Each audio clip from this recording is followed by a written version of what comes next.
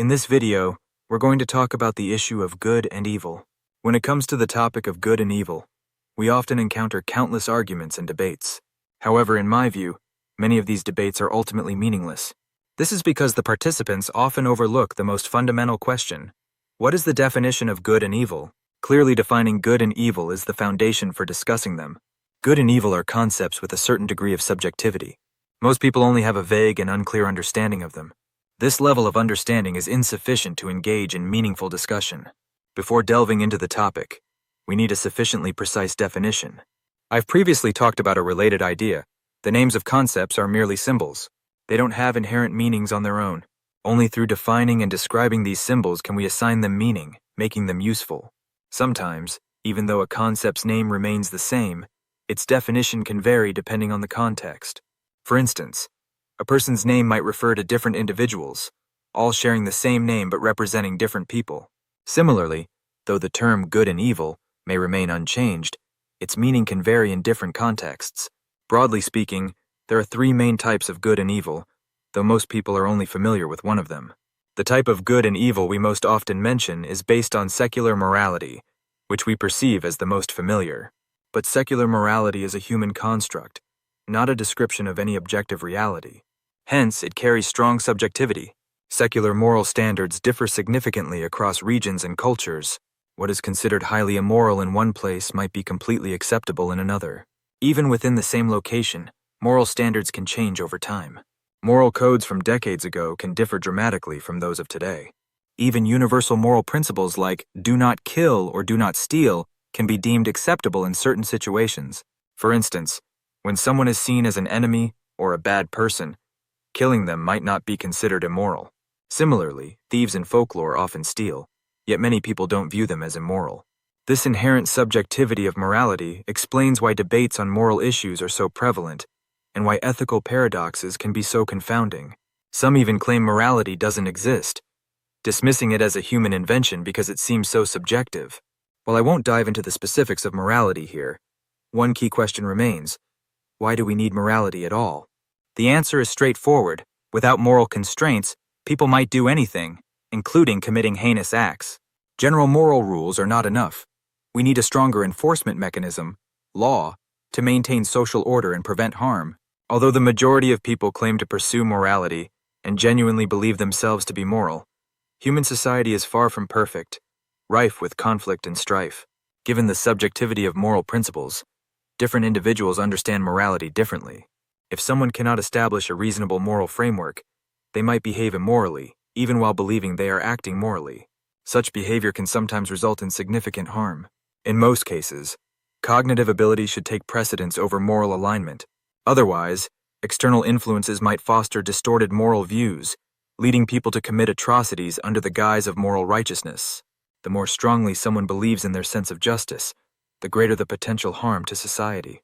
If we examine the statements of those who have caused immense harm, many sincerely believe they are righteous, even great. Even evildoers often use morality as a cover for their misdeeds. When society deteriorates, it is not because people abandon morality, but because they forsake common sense and logic. Establishing a reasonable moral framework and discerning good from evil are crucial. In Buddhism, there's a well-known teaching passed down by the Buddha: do no evil, cultivate all good. This is the teaching of all Buddhas. To understand this teaching, one must grasp what good and evil truly mean. Interestingly, Buddhist philosophy also contains the notion that ultimate truth is beyond good and evil, or that Buddha nature is inherently beyond good and evil. Searching for related terms will reveal a wealth of material on this topic. This idea of being beyond good and evil may seem to contradict our lived experience. If there is no good or evil, how can one practice do no evil, cultivate all good? Interestingly, a similar idea appears in the biblical story of the Garden of Eden. Adam and Eve ate the forbidden fruit and were subsequently cast out of Eden by God. The tree bearing the forbidden fruit was called the tree of the knowledge of good and evil. The story implies that by eating the fruit, Adam and Eve gained the knowledge of good and evil, which led to their fall. This seems counterintuitive. Many interpretations of the Eden story either sidestep this issue or fail to offer a clear explanation. This creates a conflict. Should we discern good and evil or not? Resolving this conflict is essential for further discussion. Learning to address conflicts is one of the best ways to enhance cognitive ability. However, Many people approach conflicts emotionally, choosing sides rather than analyzing and resolving them rationally. If you cannot resolve a conflict, it shows you don't fully understand the issue. Taking a side under such circumstances is a blind choice, with little meaning even if you happen to be correct. Resolving the earlier conflict isn't difficult. As we mentioned before, while the name of a concept may remain the same, its definitions can differ. If the definitions differ, they refer to different concepts, and the conflict disappears. In most cases, our understanding of good and evil is based on secular moral standards. However, the good and evil mentioned in many religious and spiritual theories often don't align with secular morality. This discrepancy is one reason why religious and spiritual teachings are often misunderstood. People interpret them through their own framework rather than the intended one. As noted earlier, before pursuing morality, one must first elevate their cognition. Otherwise, morality can be distorted, reshaped according to personal preferences. For example, when someone likes another person, everything they do seems good. When they dislike someone, everything they do seems evil. This tendency to judge good and evil based on emotions is the root cause of moral chaos. Buddhism's notion of no good, no evil refers precisely to this emotional duality, as does the biblical tree of the knowledge of good and evil. It stems from innate human tendencies like greed and anger, often labeled as binary oppositions of good and evil. From this perspective, the Buddhist claim that Buddha nature is beyond good and evil becomes reasonable. Similarly, the teaching, do no evil, cultivate all good, aligns with common sense, but isn't about secular morality. Instead, the good and evil here refer to what aids or hinders spiritual growth. Actions beneficial to spiritual growth are good, while those harmful to it are evil. Details about these standards are found in Buddhist teachings, while the statement itself serves as a summary. Many misunderstand Buddhist discussions of good and evil as being about secular morality. However, Buddhism aims for spiritual transcendence, not creating a harmonious society. Buddhist practices often involve withdrawing from the secular world to pursue purity and detachment, with minimal interaction with societal issues. Understanding these nuances helps clarify that interpreting Buddhist teachings as secular morality is inappropriate. This doesn't mean Buddhism condones immoral behavior. Morality simply isn't its primary focus. In fact, as a person reaches higher levels of spiritual enlightenment, their secular moral behavior often improves correspondingly. Once someone attains near-perfect spiritual enlightenment, they transcend all conceptual frameworks, including moral ones.